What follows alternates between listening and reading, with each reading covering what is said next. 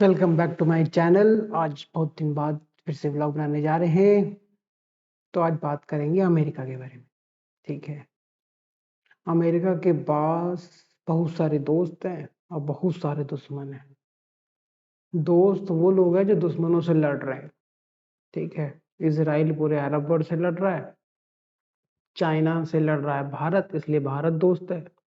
जब भारत लड़ाई की बारी आती है तो पाकिस्तान दोस्त हो जाता है। ठीक है।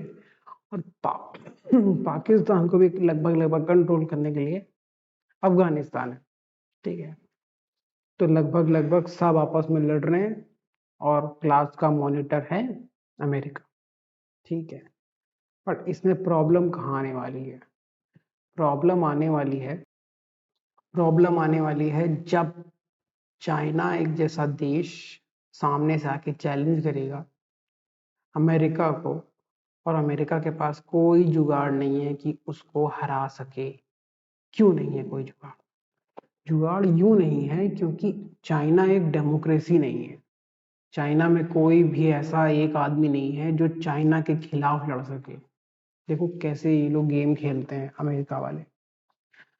आपके ही देश का एक आदमी जो कहने के लिए पत्रकार होगा, अपोजिशन पार्टी का लीडर होगा, छोट भैया नेता होगा, है ना, कोई पत्रकार होगा, कोई किताब लिखने वाला होगा, वही आपके खिलाफ लड़ेगा और आपकी नींव काटेगा, आपकी जड़ खोदेगा। तो चाइना में ऐसा कोई नहीं है।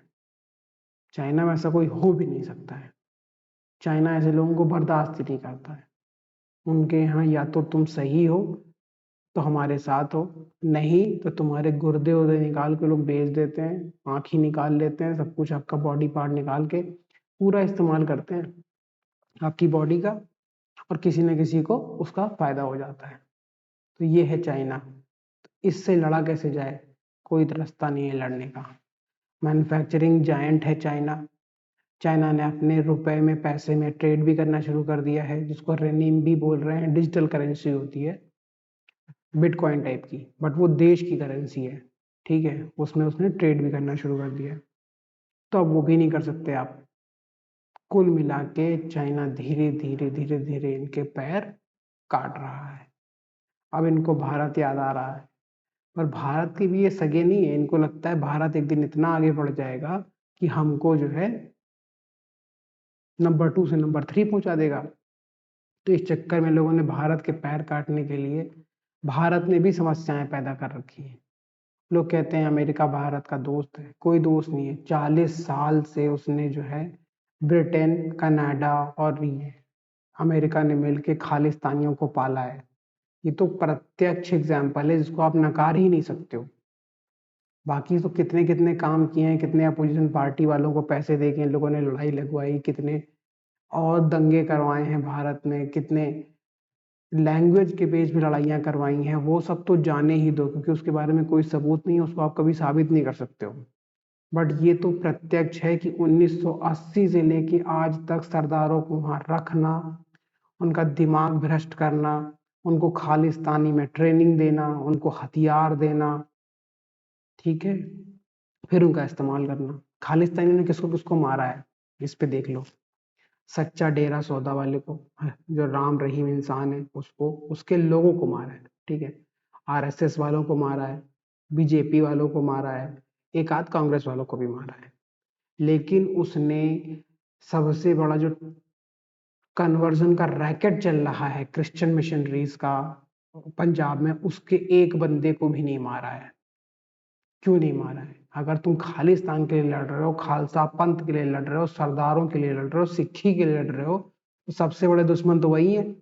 तुम्हारे लोगों को कन्वर्ट कर रहे हैं। वो बेवकूफ नए नए अंग्रेज जो लोग कन्वर्ट हो जाते हैं, वो कहते क्या है, 80 क्रिश्चियन है, हम केक खाते हैं। मतलब तुम केक खाने से क्रिश्चियन हो गए, अब तुम सिख नहीं रहोगे। वही किसी तालाब में ले आके एक बार डुबो देंगे, हालेलुया हो गया तुम्हारा। उनसे उनकी कोई जंग नहीं है।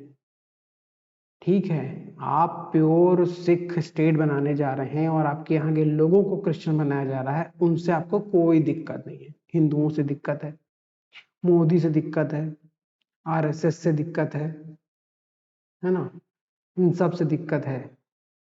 तो इसी तरीके से दूसरे देशों के छोटे-छोटे लोगों को प्रोवोक करके ये काम किए जाते हैं और इसको स्टैंडर्ड मानना जाना चाहिए, इसमें कोई बुरी बात नहीं है। बुरी बात है मतलब बट हमारी साइड से बुरी है, उनकी साइड से अच्छी है। अब इस तरह के देश का कैसे भरोसा किया जा सकता है? तो अमेरिका किसी का दोस्त नहीं है और पार्टनर सबका है। पार्टनर का मतलब हम फायदा दोनों आपस में बांटेंगे, पर दोस्ती ऐसा कोई हिसाब नहीं है। तो आज के लिए यही था। धन्यवाद।